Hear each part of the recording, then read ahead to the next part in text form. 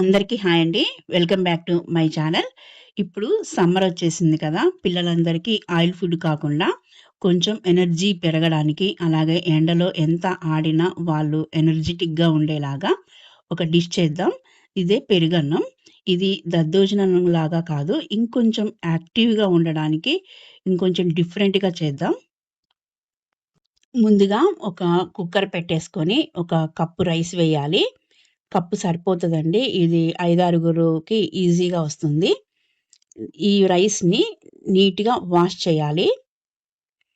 Wash చేశాక ఇందులో 2 కప్పుల వాటర్ పోసి హాఫ్ అన్ అవర్ సోక్ చేయాలి.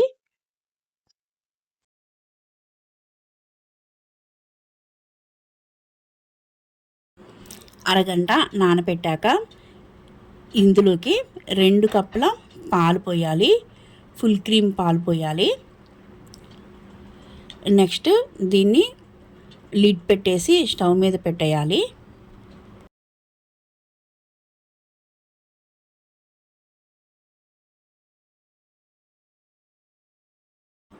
ముందుగా హైలో పెట్టేసి ఒక విజిల్ రానివ్వాలి. నెక్స్ట్ సిమ్‌లో పెట్టి 3 విజిల్స్ వచ్చాక స్టవ్ ఆఫ్ చేసి చల్లారపెట్టేయాలి. ఇప్పుడు ఒక పాన్ పెట్టేసి 1 టేబుల్ స్పూన్ ఆయిల్ వేయాలి. ఇందులోకి హాఫ్ టీ స్పూన్ ఆవాలు, హాఫ్ టీ స్పూన్ మినపగుళ్ళు వేసి వేయించాలి. అలాగే 2 రెబ్బల కరివేపాకు, 4 ఎండుమిర్చి, కావాలంటే ఇంకొక 2 ఎక్కువే వేసుకోవచ్చు స్పైసీ కోసం. నెక్స్ట్ 2 పెద్ద ఉల్లిపాయలు సన్నగా కట్ చేసి వేయాలి.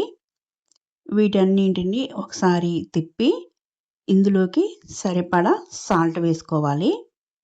నెక్స్ట్ ఈ ఉల్లిపాయల్ని కరకరలాడుతూ ఉండాలంటే 1 మినిట్ అలా వేడి చూపితే చాలు.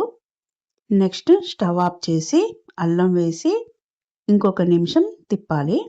అంతే అండి. ఈ తాలింపు రెడీ అయిపోయినట్లే.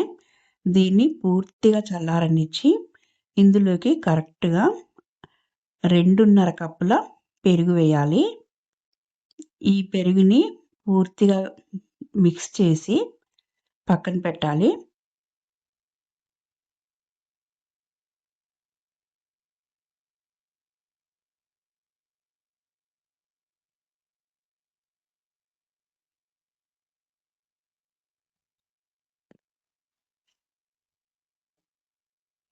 అలాగే ఈ పెరుగుని వేడి మీద వేయొద్దు.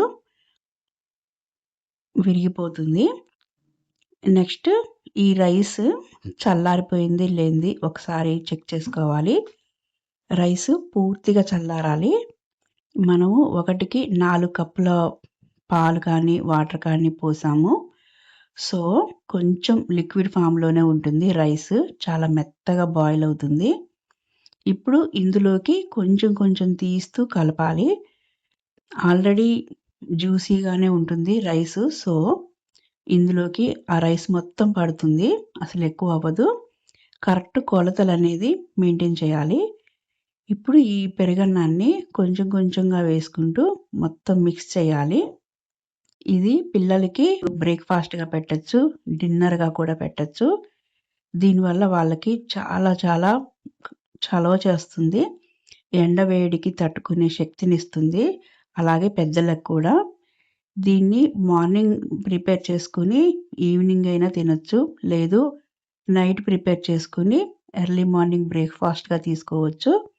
ఎవరికైనా బి12 లోపం ఉంటే మాత్రం నైట్ రెడీ చేసి పెట్టుకొని ఎర్లీ మార్నింగ్ తింటే వాళ్ళకి ఆ లోపం అనేది పోతుంది. మంచి గుడ్ బ్యాక్టీరియా అనేది డైజెషన్ ప్రాబ్లమ్ రాకుండా చేస్తుంది. ఈ నైట్ ఉంచి మార్నింగ్ తింటే అన్ని బెనిఫిట్స్ ఉంటాయి ఈ పెరుగన్నం. సో, వారానికి 4 సార్లైనా ఈ పెరుగన్నం పిల్లలకి పెడదాం. సో, చూసారు కదా! పెరుగన్నం చేయడం ఎంత ఈజీనో. అలాగే క్రీమీగా అందరికీ నచ్చుతుంది. నెక్స్ట్ మీరు కూడా దీన్ని ప్రిపేర్ చేస్తారని అనుకుంటున్నాను. సో, నా వీడియో మీకు నచ్చినట్లయితే please like, share and subscribe my channel. ఇంకా మంచి మంచి వీడియోస్‌తో మళ్ళీ కలుద్దాం. Thank you for watching.